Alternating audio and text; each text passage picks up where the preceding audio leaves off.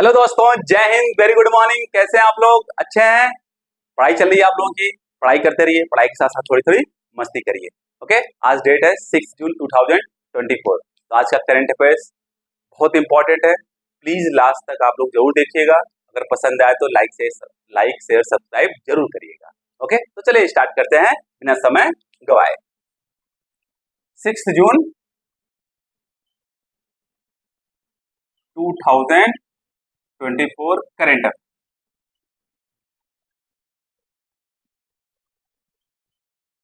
बहुत important current affairs है आज के। सबसे पहला, artificial intelligence for good global summit. Artificial intelligence for good global summit कहां हुआ था, पूछा जा सकता है question. Artificial intelligence for good global summit,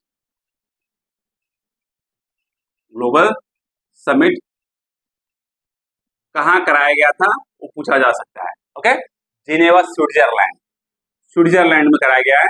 वहां का कैपिटल है जिनेवा, वहां पर।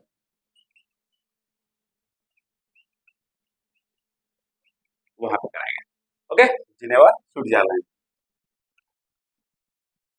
और इसमें किया क्या गया, क्या बात किया गया, क्या था? पहली बात, इसको कराया कौन है? आईटी, ओके, आईटीयू ने कराया है। इंटरनेशनल टेलीकम्युनिकेशन यूनियन ने कराया है। इंटरनेशनल टेलीकम्युनिकेशन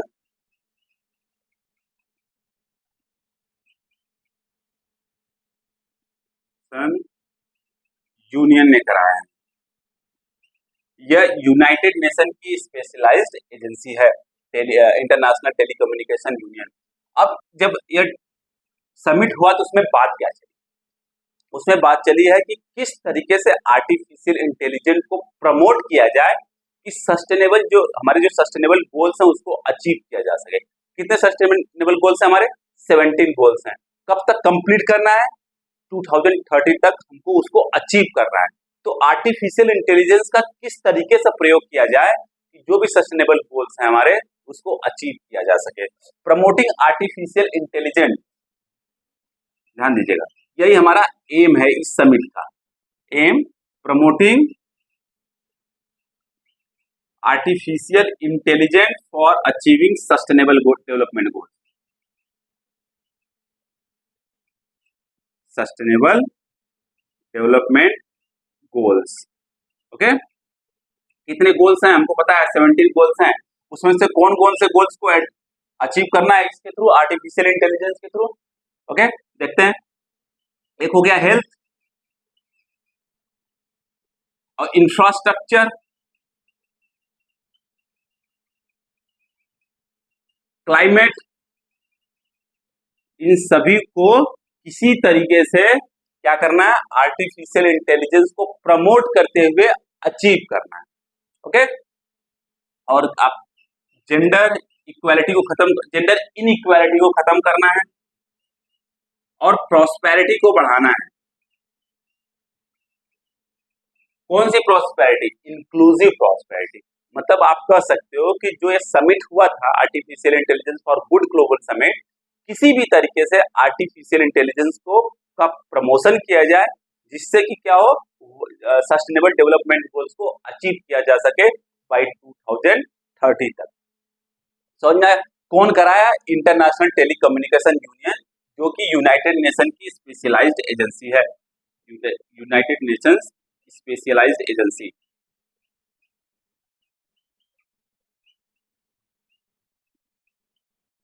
समझ में आ गया? इसको आप लोग नोट डाउन कर लीजिए। AI for good global summit 2024 बहुत इंपॉर्टेंट है, पूछा जा सकता है। ओके, नोट डाउन कर लीजिए, क्योंकि ये सस्टेनेबल डेवलपमेंट गोल से रिलेटेड है कि किस तरीके से आर्टिफिशियल इंटेलिजेंस को प्रमोट किया जाए कि सस्टेनेबल डेवलपमेंट को अचीव किया जा सके। तो for promoting of artificial intelligence to achieve the sustainable development goals like health, inclusive prosperity, gender, okay, and sustainable infrastructure, something like that. Okay, world environment day पूछा जा सकता है कि वर्ल्ड इन्वायरमेंट डे कब मनाया जाता है? तो 5 जून को मनाया जाता है world environment day.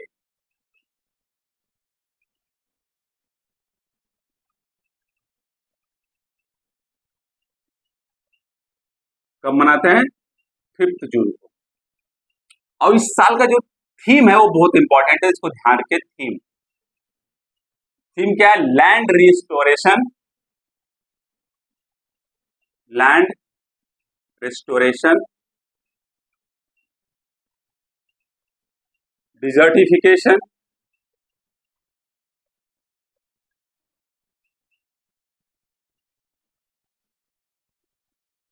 And drought resilience, resilience. Okay, यह इस साल का थीम है, land restoration, desertification and drought resilience. अब कब से मनाया जा रहा है वर्ल्ड इन्वायरमेंट डे? कब से मनाया जा रहा है? पहली बार जो है 1972 में प्रपोज किया गया था। ओके, बट मनाया कब से जा रहा है? फर्स्ट टाइम जो है 5 जून 1973 द्वारा। किसके द्वारा प्रपोज किया गया था? यूनाइटेड नेशन द्वारा। सिंपल सी बात है। Okay, got it? तो नोट डाउन कर लीजिए। पहली बार पूछा जा सकता है पहली बार कब मनाया गया था, तो 5 जून 1973 को। और प्रपोज कब किया गया था? 1972 को स्टॉकहोम कॉन्फ्रेंस में, जो कि ह्यूमन इन्वायरमेंट के लिए हुआ था उसमें। समझ में आ गया? तो हमारे लिए थीम सबसे ज्यादा इंपॉर्टेंट है और कब मनाया जाता है वो ज्यादा इंपॉर्टेंट है। तो नोट डाउन कर लीजिए, नोट डाउन कर लीजिएगा आप लोग। World athletic ultimate championship, third news है। World athletic, world athletic ultimate championship.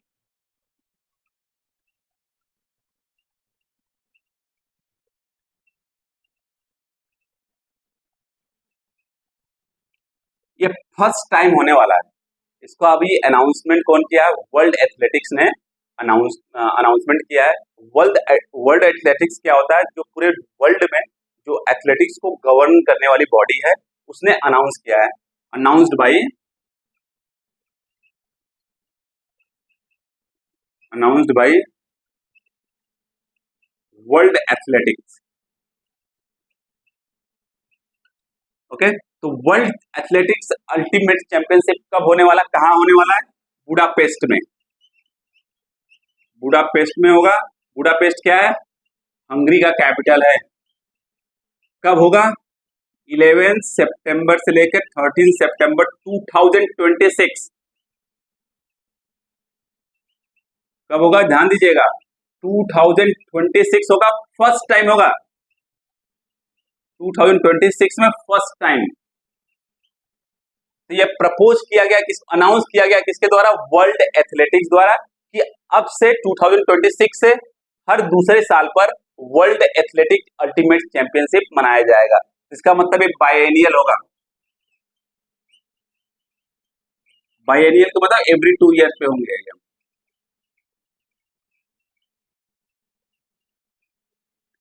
समझ में आ गया? अब देखो क्या है world athletic ultimate championship.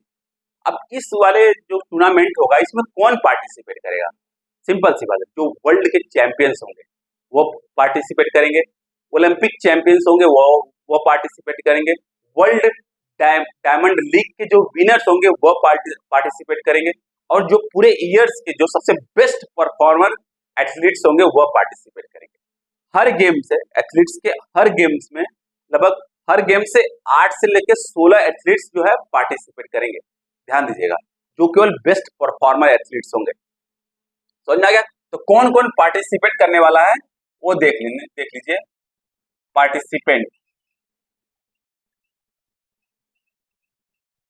World champion,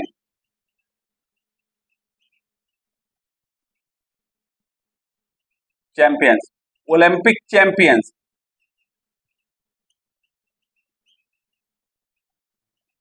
champions, world diamond league winner,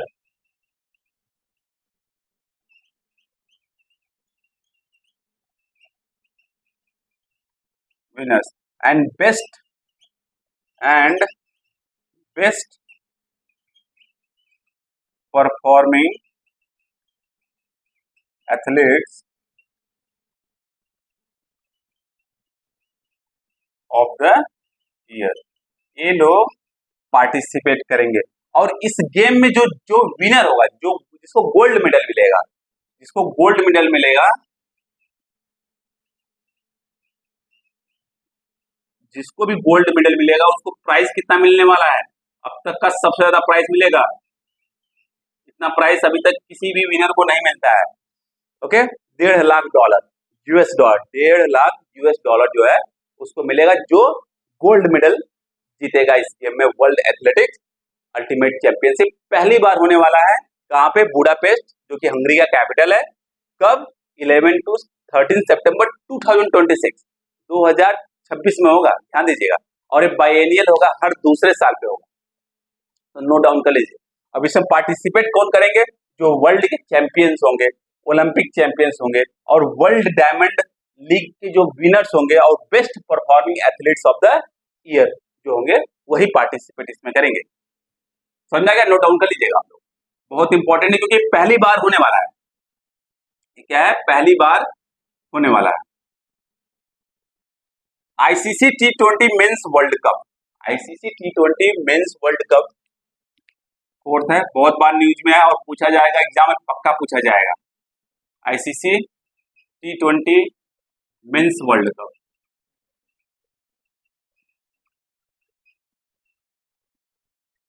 इसमें जो विनर होंगे, अब आखिरी में जो मैच खेला जाएगा, फाइनल मैच, उसमें एक विनर होगा, एक रनर अप होगा। तो विनर को कितना प्राइज मिलेगा, ये ध्यान देना। जो विनर होगा उसको कितना प्राइज मिलेगा? $2.45 मिलियन। ओके, इतना विनर को प्राइज मिलेगा। और जो रनर अप होंगे, रनर अप को कितना मिलेगा? $1.28 मिलियन। और आईसीसी ने अनाउंस किया है कि टोटल जो पैसा वो स्पेंड करेंगे पूरा प्राइज देने में। जैसे कि अब पहला मैच हुआ, पहले मैच में जो अच्छा परफॉर्म करता है उसको मैन ऑफ द मैच मिलता है, तो वो वाला प्राइज। तो हर मैच में जो मैन ऑफ द मैच मिलेगा प्राइज, और plus man of the series, और जो विनर होंगे उनको प्राइज, रनर अप को जो होंगे उनको प्राइज, और जो फीस दिया जाएगा वो, कुल मिलाकर टोटल जो प्राइज मनी रहेगा वो कितना रहेगा? टोटल प्राइज मनी पूरे गेम में, पूरे टूर्नामेंट में कितना रहेगा? 11.25 रहेगा। 11.25 US डॉलर, मतलब मिलियन डॉलर रहेगा। समझ में आ गया? 11.25 मिलियन डॉलर रहेगा टोटल प्राइस। और ये कौन सा एडिशन हो रहा है? 9th addition. मैं फिर से बता रहा हूं, 9th एडिशन हो कहा रहा है? यूएस और वेस्ट इंडीज में, अमेरिका और वेस्ट इंडीज में।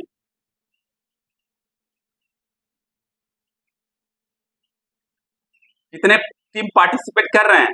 20 टीम्स पार्टिसिपेट कर रहे हैं। इसलिए अभी तक का सबसे बड़ा T20 मेंस वर्ल्ड कप हो रहा है। 20 टीम। पहली बार कौन सी कंट्री पार्टिसिपेट कर रही है? यूएसए कर रही है, युगांडा कर रही है और कनाडा कर रही है। पहली बार को लोग खेल रहे हैं इसमें। ओके, तो नोट डाउन कर लीजिए, बहुत इंपॉर्टेंट है। पूछा जा सकता है कि विनर को कितना प्राइज मिलेगा, रनर अप को कितना प्राइज मिलेगा, टोटल प्राइज मनी कितना होगा। जब सब टीमों को मिला कर दिया जाएगा वो कितना होगा? 11.25 मिलियन डॉलर। कौन सा डॉलर रहेगा? ये यूएस डॉलर। ध्यान दीजिएगा, नोट डाउन कर लीजिए। वीडियो को पॉज करिएगा, प्लीज प्लीज नोट डाउन कर लीजिएगा आप लोग।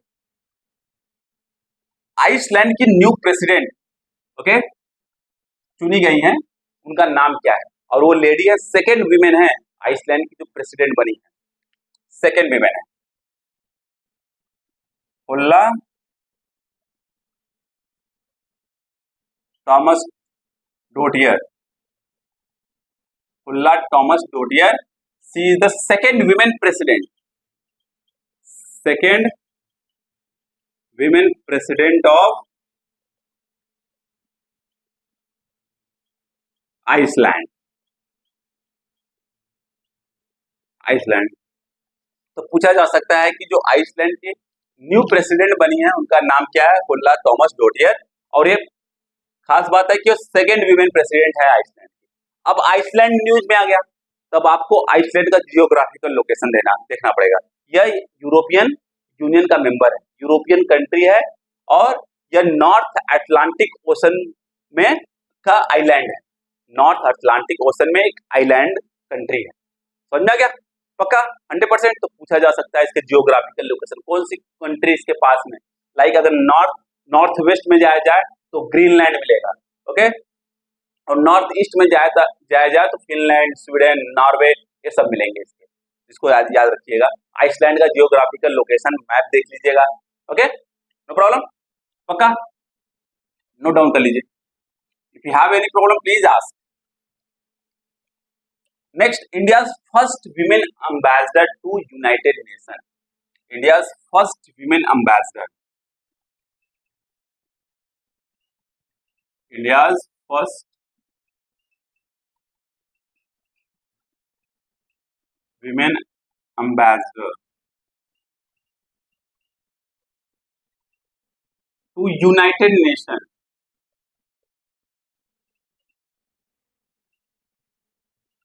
अब इनका नाम क्या है, ये बहुत इंपॉर्टेंट है, क्योंकि पहली वीमेन है जो कि यूनाइटेड नेशन में एम्बेसडर बनी थी, रुचिरा कैम्बोज। ये न्यूज में क्यों है? ये तो बनी थी 2 अगस्त 2022 को, इनको ये अपॉइंटमेंट दिया गया था। ये रिटायर हो गई है, इसलिए न्यूज में। Now she is retired.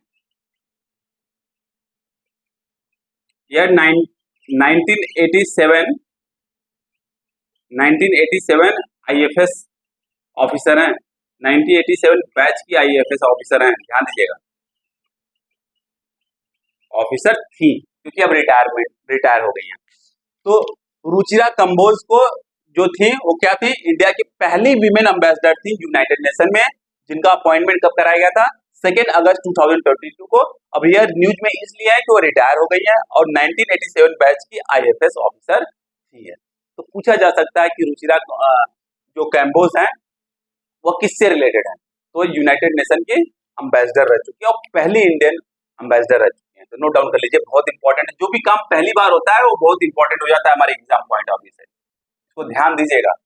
Next है phenome India project. Phenome India project, phenome India project, India project. अब पूछा जा सकता है कि फिनोम इंडिया प्रोजेक्ट है क्या, किस सेक्टर से रिलेटेड है और ये करता क्या है, क्यों बनाया गया है। तो फिनोम इंडिया प्रोजेक्ट जो है वो हेल्थ सर्विलांस से रिलेटेड है, हेल्थ सर्विलांस से, ये ध्यान दीजिएगा अच्छे से। तो पूछा जा सकता है किससे रिलेटेड है, हेल्थ सर्विलांस से।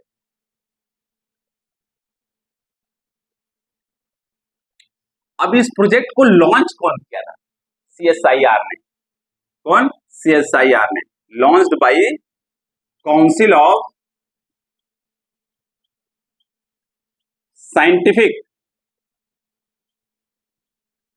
Scientific and Industrial research.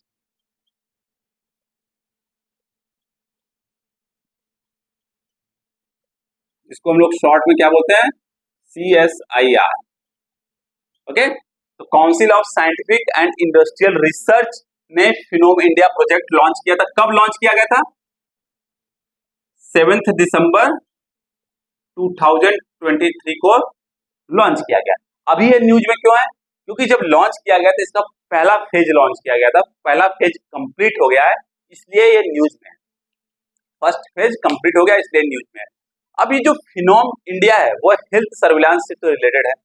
अब इसके थ्रू होगा क्या, सिंपल सी बात है, लाइक मान लो डायग्नोसिस, डायबिटीज किसी को है, ओके, या किसी को फ्यूचर में होने वाला है, कुछ कंडीशन उसके अंदर दिख रहे हैं कि उसको डायबिटीज हो सकता है, या लिवर से रिलेटेड कुछ बीमारी उसको हो सकती है, या मतलब हार्ट से रिलेटेड कुछ बीमारी हो सकती है, तो उसको पहले से ही क्या किया जा सके, डायग्नोसिस किया जा सके, उसको होने से पहले कुछ दवा देकर, कुछ ट्रीटमेंट कर कर उसको सुरक्षित किया जा सके, उसको प्रोटेक्ट किया जा सके।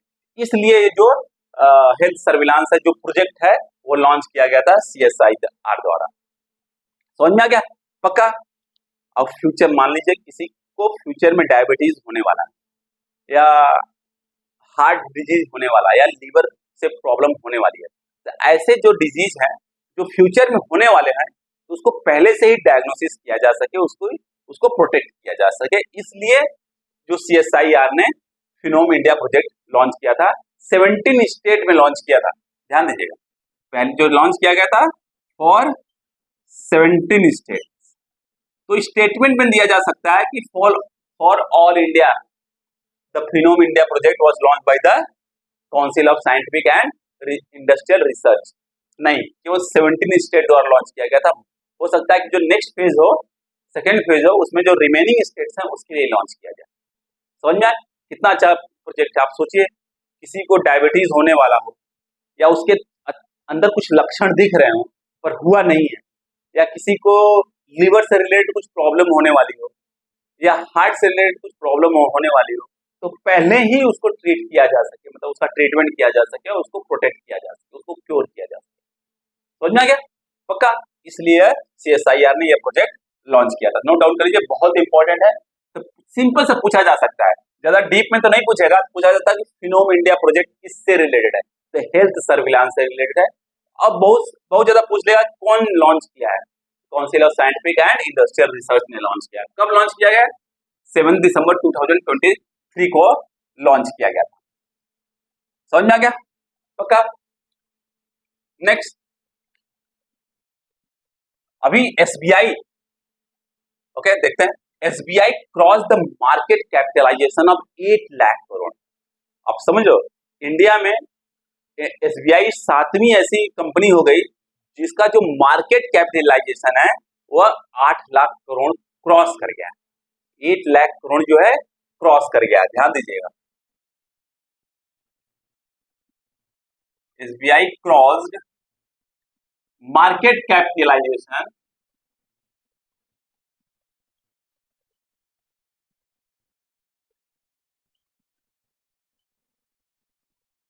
ऑफ ₹8 लाख करोड़।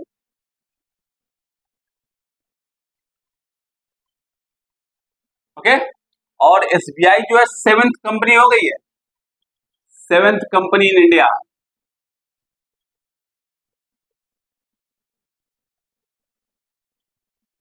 जो कि 8 लाख करोड़ जो है उसका मार्केट कैपिटलाइजेशन क्रॉस कर गया।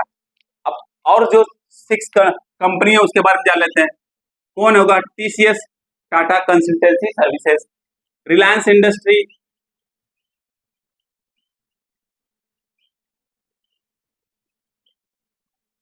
ओके, फिर उसके बाद HDFC, अभी कुछ ही दिन पहले क्रॉस किया था HDFC ने, ओके, ICICI, भारतीय Airtel,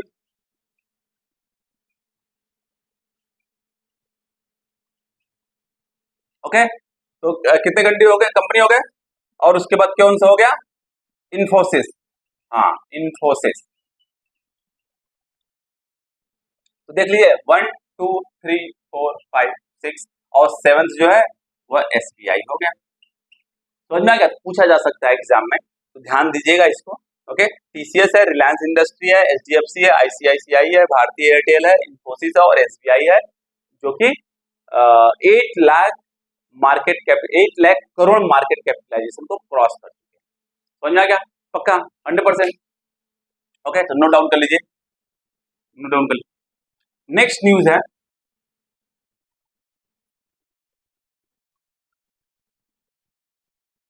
acting chairman of NHRC, acting chairman of, okay, acting chairman of NHRC,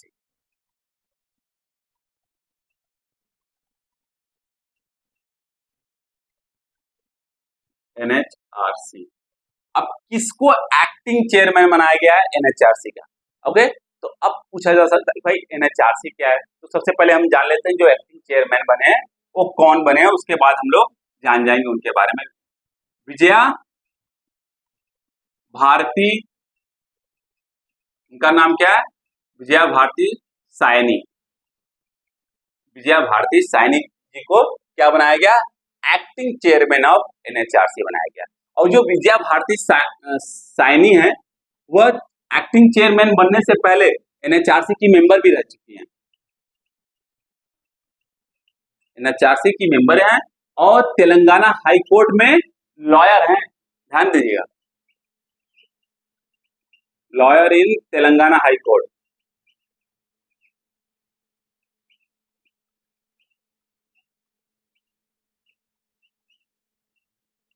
समझ में आ गया? तो विजया भारती सैनी को ही एक्टिंग चेयरमैन बनाया गया एनएचआरसी का, और वो मेंबर हैं एनएचआरसी की और लॉयर हैं तेलंगाना हाई कोर्ट में। और इनसे पहले कौन थे जो चेयरमैन थे एनएचआरसी के? अरुण कुमार मिश्रा। इनसे पहले अरुण कुमार मिश्रा, वो रिटायर हो गए, तो उनके जगह पे एक्टिंग चेयरमैन किसको बना दिया गया? विजया भारती सैनी को, जो ऑलरेडी मेंबर थी एनएचआरसी की। पक्का? अब क्वेश्चन आएगा कि एनएचआरसी क्या होता है? National human right commission. National human right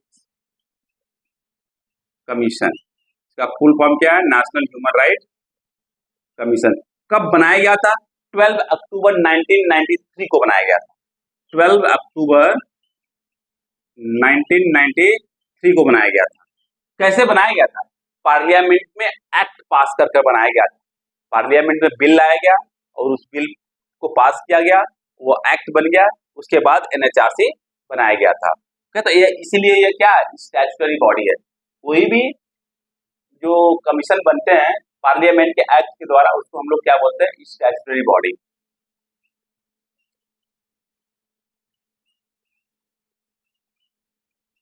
okay, अब इसका काम क्या है? नाम से समझ में आता है, नेशनल ह्यूमन राइट कमीशन।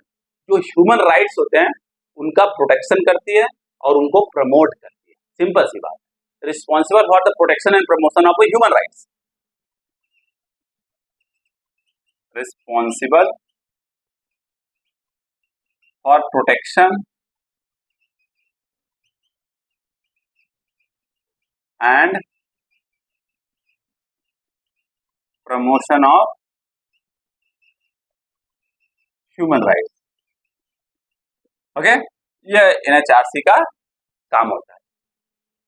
अब पूछा जाता है कि एनएचआरसी का अपॉइंटमेंट कौन करता है? नेशनल ह्यूमन राइट कमीशन का अपॉइंटमेंट कौन करता है? ऐसे कमीशन का अपॉइंटमेंट केवल और केवल प्रेसिडेंट करता है। एक ध्यान दें, केवल और केवल प्रेसिडेंट करता है। और एक जो होता है स्टेट ह्यूमन राइट कमीशन भी होता है, उसका अपॉइंटमेंट कौन करता है? वह गवर्नर करता है। पक्का समझ में आ गया? यह हम लोगों का न्यूज था, बहुत इंपॉर्टेंट न्यूज था ये आज का। इसको देख लीजिएगा आप लोग और नोट डाउन कर लीजिए इसको। ओके, तो जाने से पहले अगर ये न्यूज पसंद आया हो, आज का लेक्चर पसंद आया तो प्लीज लाइक शेयर सब्सक्राइब जरूर करिएगा और बेल आइकन दबाना बिल्कुल मत भूलिएगा। Okay, bye bye, take care, और कल मिलते हैं 7 जून 2024 करंट अफेयर्स के साथ। बाय बाय, पढ़ते रहिएगा।